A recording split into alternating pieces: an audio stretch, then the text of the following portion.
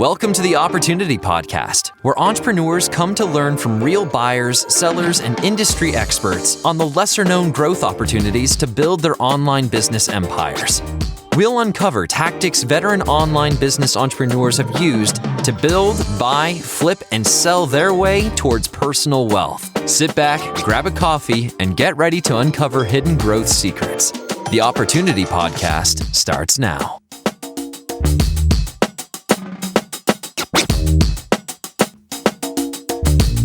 Welcome back to the Opportunity Podcast, your go-to resource for hidden growth opportunities throughout online business. We're your host. I'm Sarah. And I'm Brandon, and thanks for joining us today for our latest episode. Today we'll be speaking with Jason Collins, a buyer of an Amazon Associates, display advertising, and affiliate business with us from our marketplace. Yeah, so Jason's going to go over how he's optimized his business to hit his retirement goals.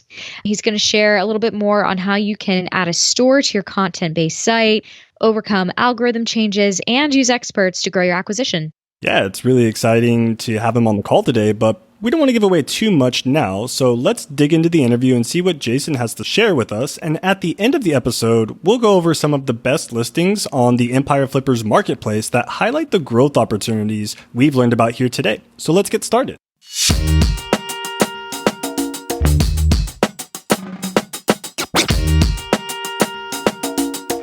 Hey everyone, welcome back to the Opportunity Podcast. Again, we have Jason on with us today. Jason, thank you so much for coming on. How are you doing today? I'm great. Thanks, Sarah.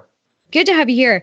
I'm actually really excited to talk about your story, but first, I want to get started with a little bit with your background. So can you just give me an introduction to, who you are and how you got started in online business? Sure. So I served in the military and served for 20 years. I've got a pension from it, and I currently work for a Big Four accounting firm. My wife and I want to be expats in a few years. My son's off at college now, so we're empty nesters. And we wanted a business that we could run from anywhere in the world. And that was a big reason why we chose to do a content online business. Oh, amazing. Well, I guess sort of backing up a little bit. So you had this idea of running a business. You knew what you wanted to be kind of anywhere in the world. But how did you land on that? Like, how did you find out about buying websites? And, maybe what was your initial reaction to that? Were you a little bit skeptical at first, or you just saw it and you were like completely on board? Yeah, so I think with anybody, they're skeptical at first that this is even possible. But we had a little bit of an advantage because for about a year or so before we really started getting interested in buying a site, we started one from scratch. And so we started a grilling blog and had a lot of fun doing it and made tons of mistakes along the way. And we realized it was going to be a long time before we could really get that up to an amount of money that could help us really, survive in retirement and thrive. And so then we started looking for opportunities to buy a business and figured we could jump in after somebody's already built it up to a certain level. No, it's great to hear. It's really interesting that you guys started one yourself. So you had a little bit of a background and then you took a step back and went, okay, you know what? It's actually, we've done it. We have enough experience, but we see that it's going to be a little bit easier buying an established asset. Kind of interesting because you either have one or the other. It's people will go in completely new or with a little bit of experience, like you're saying. I like that you have both sides. It's kind of cool.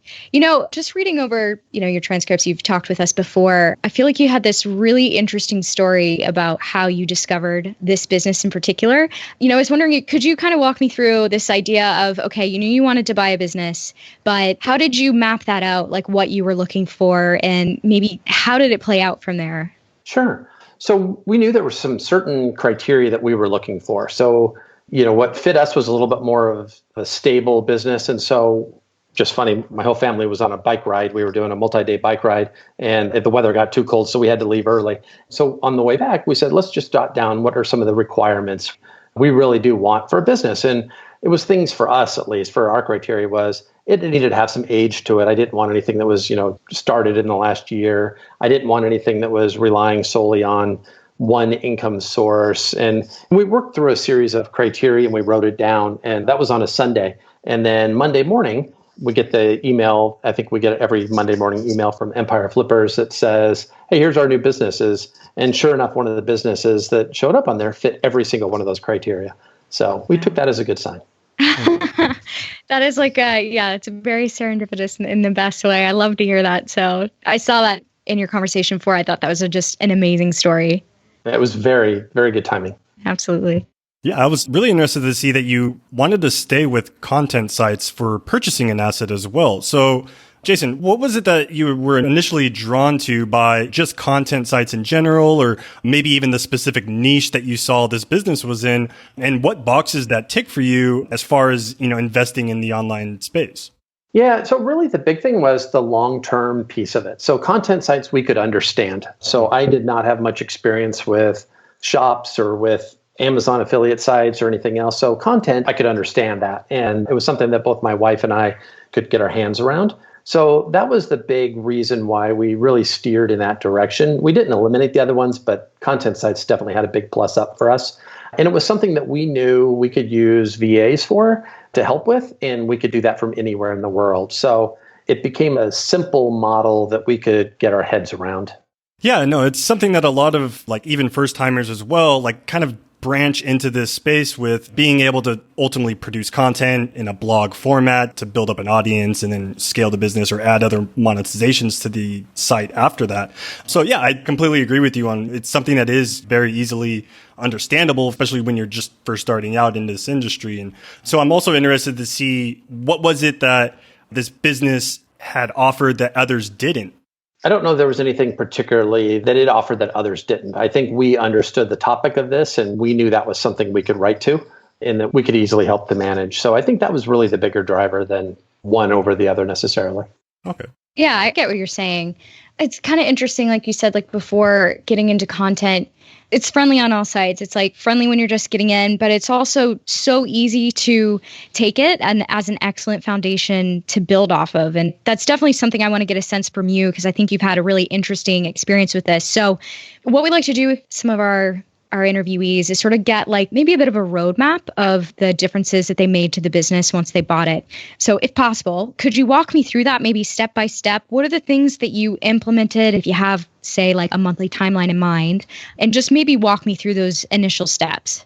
Sure. So some of the things we did good and we did some things not so good. So that it's a good lesson learned, I think, for folks as well. So one of the first things that we did is we really wanted to get a content site audit. And the person who was the kind of the expert in the industry is Casey Marquis, and phenomenal guy, but he had a really long wait list. And so we were being very impatient and we chose another company to do our site audit. And it really didn't work out very well. We didn't get anything very actionable from it.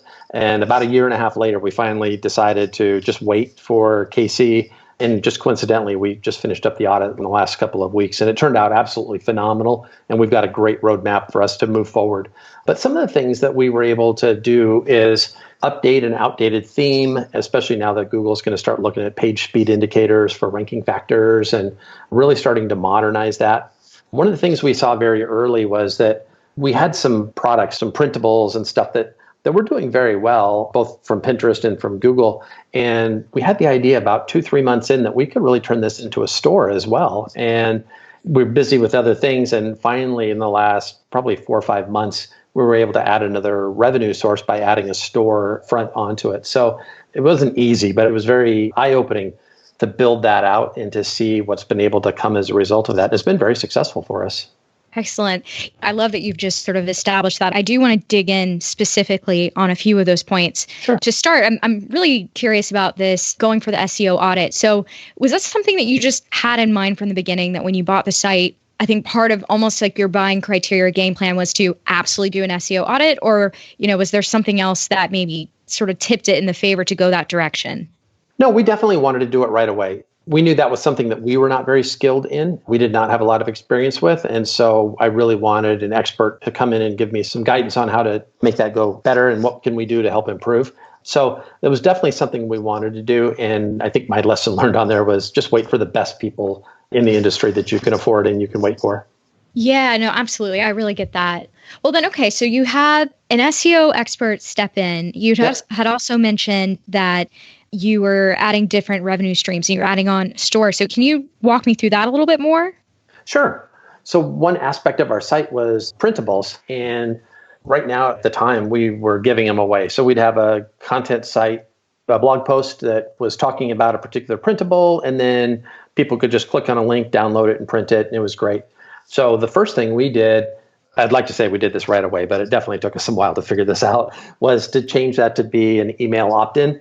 And so put in their email address and then we could have it delivered to them. And we were able to grow our email list pretty significantly as a result of that. And then we realized that a lot of these things that we were giving away could easily be sold as well. And so we worked with a graphic designer, and this is not a skill I have. So they helped to really make the printables very professional and very beautiful. And we packaged them and we put them on a storefront that's linked to the site. Yeah, that's really great to see that you were able to implement all of these things into the business, Jason, and utilizing a team and outsourced help to kind of really make sure that you're giving your audience a professional product, a well-designed product is really something that could ultimately just help you down the road no matter what it is that you end up marketing to them. But at the same time, last time we spoke, Jason, I know on our buyer ROI call, we were talking a little bit about this business and, you were explaining to me the growth and the process that you were going through with the SEO agencies and some of the other tools that you were using. And I remember you had mentioned something about Convertkit. So Can you walk us through a little bit about what that is or what it's done to help improve your site? Sure. So it's an email server, and it collects emails. So we have a pop-up on the site. So if somebody's interested in something that's very timely, then we can collect their emails. And then we set up email sequence. So keep our readers very engaged, and we try to offer value in each one of our emails. We send them off about once a week or so and let them know if they're interested in different topics from our website. We segment them based on the types of topics that they're interested in, and we keep them engaged, and it keeps them coming back to the website. We offer value to them and hopefully keep opening our emails and they find something useful in there. We also then will use it for, and have used it for, our shop when we have new products, and folks have already kind of built up a trust with us through the Convertkit software that's really helped enable that. And keeps them as customers and returning customers. But just curious, a quick addition on that. I mean, if you feel comfortable sharing, like how big is your email list now? Sure. So we started, it was about 6,000 people. And probably within about the past 4 months, we've been able to grow it to almost 10,000 now. Wow. Oh, wow. Impressive. That's great. And you're really seeing results from this? Because I think building an email list, it's almost like a love-hate relationship you hear from buyers or people building sites. It's like a lot of effort can be poured into it. And, sure, you might have a bunch of names, but you still don't always know how to actually get that to sort of convert and, I guess turn into something that's going to build a site. So I'm just curious, like going from 6 to 10K, what that is doing for the business now. Yeah, it's definitely helping driving traffic to the posts that are timely. So, if there's a back to school, the last month has been a great time for those types of topics. As you're coming up in the winter and you have different recipes and stuff that you might want people to see for preparing for the winter months, slow cookers and wholesome foods and holidays. So I think that email is something definitely we still have to do a lot of work on to try to really figure out the best way to engage our audience. But we have a very good open rate. I think the folks are finding a lot of value in it, and we're going to continue to tweak it to make sure that we can balance making sure that folks find it worthwhile, and it helps us as well with page views and with sales. Yeah, that amount of growth within implementing the service and, this approach within your business model is really great to see, and does also offer a lot of potential for you down the road as well, because now you're seeing what articles most people are opening or what's giving you the most conversion rates. So it's really great to collect all of this data just as you go, and it can only get better from here. And so I'm curious now, so you've mentioned a few people that have helped you, Jason, kind of build up this business and grow it to the level you've gotten it to today. But I'm also curious, what does your team consist of? Who is doing what on the back end? I know you also mentioned last time we spoke that your wife has been helping you as well with this project. So give me a little breakdown about who's kind of doing what on the back end right now. Sure. I think if you ask her, I'm helping her. So she's really the boss of the situation. We have a VA that does all of our graphic designs. I've got a couple of writers. We work with Pinterest. So we have somebody at Pinterest that helps us with ads as well. We've got Casey Marquis, who helped us with the audit. And then on the back end, we use Grayson over at iMark Interactive, and he's been phenomenal with helping everything from backups as well as fixing problems as they occur and those types of things. So definitely. I mean, that's something that is a huge lesson learned to me, is find the best people in your niche and in your industry and surround yourself with them. It's worth every penny to help you for success. Absolutely. On that note of Pinterest, I just heard you mention Pinterest a second ago. Pinterest is such an interesting one. I know it can be such an important tool for business in your niche and kind of content space. But I think just from having spoken with you before, like Pinterest has obviously caused some challenges and you've had to sort of shift. So can you just walk me through that? This is how your business, when you did buy it, what its reliance was on Pinterest and how that has changed over time in your ownership? Sure. So when we bought it, Pinterest made up about 40 to 50% of the traffic. The rest of it came from Google and direct. Since Pinterest went public maybe a year ago or so, they started having a lot more ads in their site. And so they've been trying to monetize their site a lot more. So what ended up happening is it pushed a lot of content down. And they changed their algorithm, and then that, upset the apple cart as well. So now our Pinterest traffic is maybe 20, 25% of the total traffic. So it's a pretty significant drop. So what we've done is we hired a VA to help us run our Pinterest account and, creating the pins and then managing and scheduling and working with some of the other tools available for that. So it's allowed us to make sure we can focus on providing the best content we can. Yeah, I just think it's an excellent thing to note because obviously everyone knows getting into these sort of assets, it's like you have to be prepared for the changes, and understanding algorithms and how they change is just a part of the process. And the fact that you guys were able to shift and sort of recover and gain more organic, I think is impressive. And it's also just helpful for those listening out there going, well, okay, if I want a site that's really reliant on Pinterest, like what's my plan B? So yeah, no, thank you for bringing that to light. Taking a step back, I want to make sure that we have really good picture of where the business is today. So can you tell me, how is the site sort of performing, even despite, obviously, there's been algorithm changes and a pandemic going on? Where is the business today despite all of that? Are things performing pretty well? Have they decreased, increased a bunch over time? Yeah, just paint me a picture of that. Sure. So overall, our page views have dropped from when we purchased it. However, I think the type of page views we're getting is stronger, if that makes sense. So we're getting a lot more organic traffic and a lot more solid traffic of people that are interested in the particular topics that we've been able to really fine tune. On the flip side, RPMs from our ad network are up significantly from when we bought it. So we worked with the ad network when we first purchased it to do probably a better job of optimizing the ads and ad placement. And you can spam your website with ads and get tremendous RPMs, but it isn't a very good user experience. And so spending some time to figure out what that balance is, providing that good user experience and providing revenue to us is constant battle, trying to figure out that right balance. So overall, we're still down just a little bit for total revenue, but we have more revenue sources and RPMs are up and our traffic is starting to trend up thanks to the SEO audit. So I have very good hopes that good things are going to be coming even more here shortly. Yeah, it's really great to hear that despite having lower page views, that the quality or maybe the type of lead that you're getting from this traffic into your business is of a higher quality. So that's always great to see. And, it's going to be a constant optimization and constantly growing through and A/B split testing things to really fine tune these small details. But it's great to see that you're already making progress and you're getting those more quality eyeballs on your site. So that's really great. Now, I'm curious, Jason, so you had already started a content site. You started one from scratch. You built it up. You already have the fundamentals and the knowledge of knowing how to start something from scratch. Now, what advice would you give to maybe a first-time buyer who is looking to buy something that's already established versus going the start from scratch route?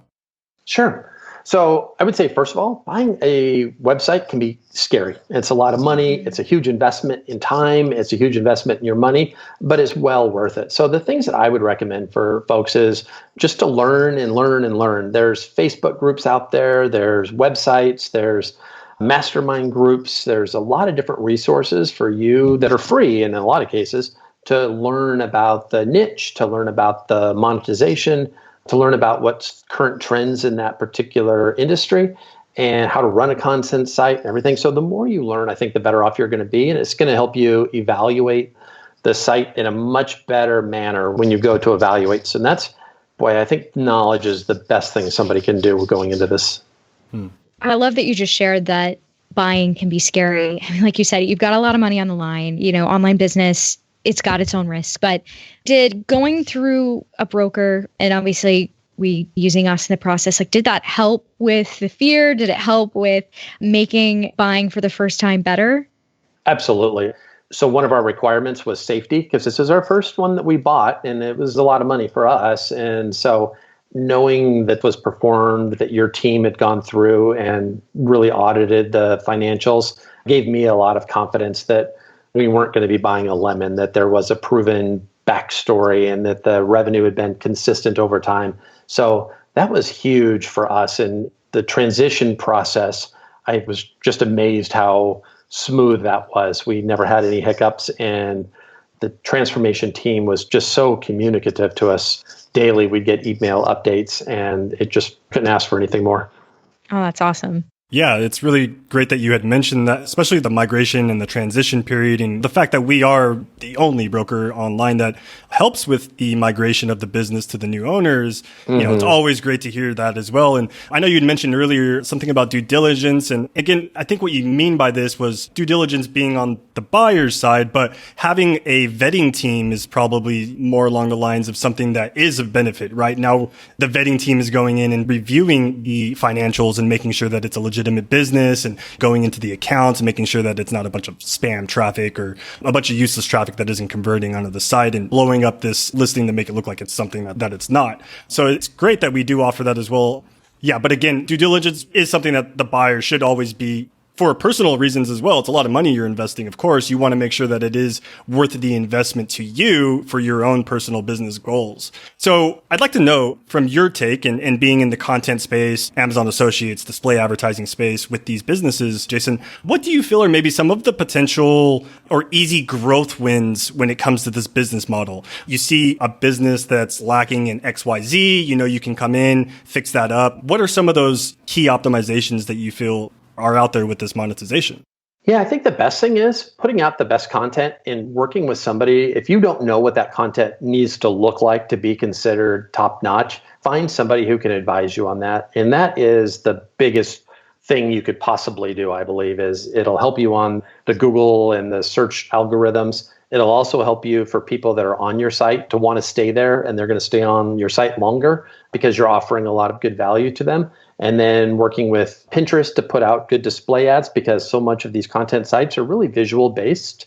And I think those things are going to be the biggest opportunities. And don't be shy of working with your ad network, whoever you have. I have AdThrive on mine, and working with them and challenging them to find better balances of where the ad placements are and what the revenue would look like with different scenarios. Boy, if you can master those three things, I think you've got a great recipe. No, that's excellent to hear. Yeah, I love that you've sort of mapped that out, those opportunities. And now I do want to sort of take things on the flip side of that. So now we understand, okay, this is where you could grow things. But, you know, as they're looking back, was there anything that you would have done maybe differently that helps people, say, avoid potential pitfalls, if you will? I think we wish we would have done differently. The first one is when we first bought the site, I wish we would have just done nothing and observe it and see how it's operating and see how it works when it's fresh to you. So we started going in and making changes and thinking we had these great ideas. And I wish we would have just waited and seen how it operated a little bit better before we made those changes. So that was definitely something I think, and maybe it was because I really haven't run too many of a content site before, especially at that level, that it was my mistake. And I think the other thing would be just to make sure you bring in I think I've said before, but some of the best people just to help guide you for the areas that you're not familiar with. Absolutely. I really think it's cool the way that you brought in experts. Obviously, the best part of doing these interviews is hearing everyone's particular strategies. And that's not one I always hear, but it's one that makes a lot of sense. So actually seeing someone who's done it and has implemented it and it's, you know, paying off for the site, I think is really cool. It sort of opens people up to going, I don't have to do this all by myself. I can actually go out to experts to help me with this thing. You know, another thing that I think is really special about your story is that you're using the site as kind of like part of your retirement plan, right? Absolutely. Yeah, which I think is amazing because I think we talk about that being an option, but we don't always run into people who are doing that and using that. So maybe just kind of walk me through like your goals for this business. You know, do you feel like you are reaching this goal of using this as a part of your retirement plan? You know, is this ideally something you're going to sell off again, hold forever? Maybe just what does that look like?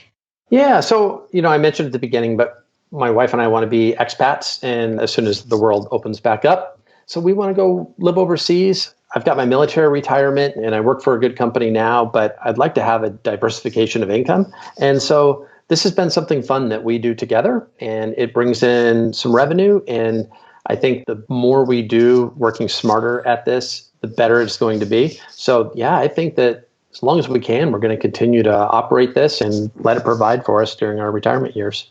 Okay. And are you planning to add any more businesses to the mix, or is it just going to stay this one for now? Nope, we're definitely going to add some. So we've got to get this up to a certain level, and then, yeah, we'll definitely be back with Empire Flippers looking for another one to add on. So that's great to hear. Yeah. And I'm sure that Monday email is just eating at you every morning. You see those new listings come out. I know. Oh, yeah. Yeah. That's great. Yeah, you just still have that conversation, with your wife and go, okay, the next time we map out what it is we want in a business, we're just going to have another amazing Monday where the right business comes through. Exactly. Hopefully that happens for you guys again. So maybe this is an obvious question in a way, but I don't want to make assumptions. Would you say that this decision to buy has had a positive impact on your life? Oh, absolutely. I think it's truly been life-changing for us in the sense of my perspective of how long I was going to have to work was going to be a lot longer until we added in this business. So having this business has been able to provide enough revenue and enough income for us that, it provides a lot of safety and security for us. And we can make decisions if we want to change our job, or if we want to retire earlier, or if we want to go live wherever we want, we can do it. And we're not going to be bound by much because of the revenue in the business. So it's been fantastic. That makes me really happy to hear. I think you're just such a perfect example of how to creatively work an online business into your financial plans, and to see you sort of use that to become an expat and to travel the world and get that one step closer is awesome. I know I've done a lot of research around financial independence and how that could tie in with online business, but I think there's plenty of people that want the exact thing that you are doing, but they just haven't quite gotten on board with online business to get there. So I love being able to talk to a living example and saying, yes, this does work. It's not so scary, especially if you use a broker. So and it's funny too, because my wife and I, we were just friends back in high school. And when we were 17 years old, we went to the Small Business Administration to try to figure out how to get a business loan to start a business back then. We weren't able to do it, but we learned a ton as we went through that process. And so now, 30 some years later, we finally got our business. And so it's definitely slow in the coming, but what a great opportunity. What a beautiful full circle as well, to think that it's almost been 30 years in the making. That's fantastic. For an overnight success, right? So yes. Exactly. Yeah. Planned it, and then somehow it just came through in the Monday email. That's great. Exactly. The next day. Cool. So this has been a lot of fun. We've definitely learned a lot about, your business and the sort of things you've implemented. We do like to end on like a couple rapid fire questions, if you're cool with that. Oh, sure. So this might be hard to deduce, but I'll ask it anyway. What would you say is the secret sauce to success as a brand new buyer? I would say research. Learn as much as you can and make decisions based on what you know. And I think that even when you start to buy a business and you do buy your business, you think you're going to know enough. And I guarantee you're going to be realizing how little you actually know. So the longer you have it, the more you're going to learn. And I think that is absolutely the key to success. Solid advice, Jason. Yeah, I absolutely agree with you. There's a saying I've always heard that it's the more I learn, the more I realize how much I don't know. And exactly. I couldn't agree with you more, especially when it comes to online business. And it's every day we're learning something new, or how to work our way around a new Google update, or, we're always having to stay on top of updates and news articles and things. And that's what kind of is exciting about this business and this industry as well. And speaking of staying on top of things and always learning, I wanted to ask you, Jason, so what are your top 3 tools or maybe resources that you're currently using right now in your business life?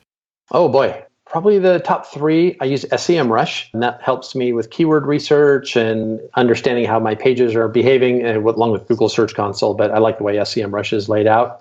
Convertkit has been huge in terms of communicating with our readers and helping to grow our business as well. So that's been huge.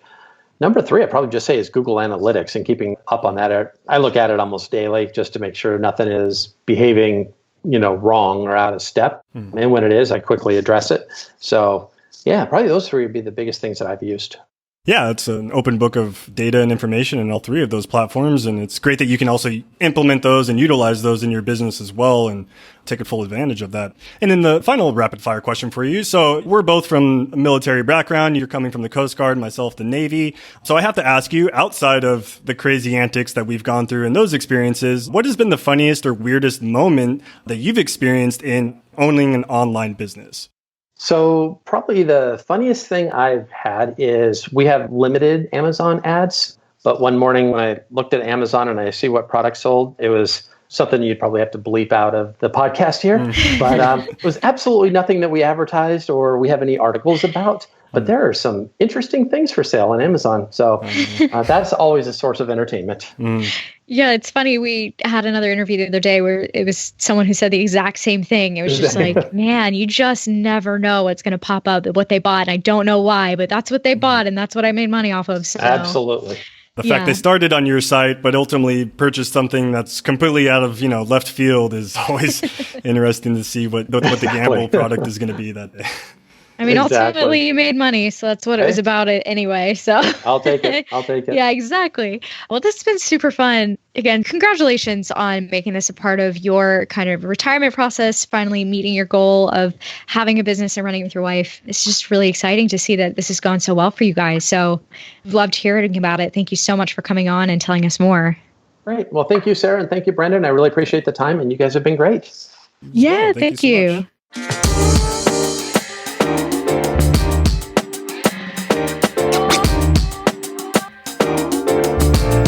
Hey everyone, as promised, now that we've wrapped up the episode and learned about how to use an acquisition to hack retiring on your own terms, we wanted to connect you with some of our best listings in the monetized content space. So first off, we have listing 48396. This is an Amazon Associates and display advertising business created in September 2017 in multiple niches. Some really standout qualities about this business in particular, it's got a DR71, which is amazing. It already features over 1,000 pieces of published content, and the seller has sweetened the deal by providing over 100 unpublished articles to ease the transition of the business to the buyer. So that's huge. Already a massive foundation of content and 100 pieces of content kind of waiting for you to take this over, which I think is great. There's already outsourced writers and editors from Upwork that are being used on this website. So as a buyer, you're not having to deal with thinking about having to come in and create a bunch of new stuff and who's going to do that for you. That's already in place. It's just been well optimized kind of throughout the business. There's been like on-page SEO, good posts, links exchanges, etc.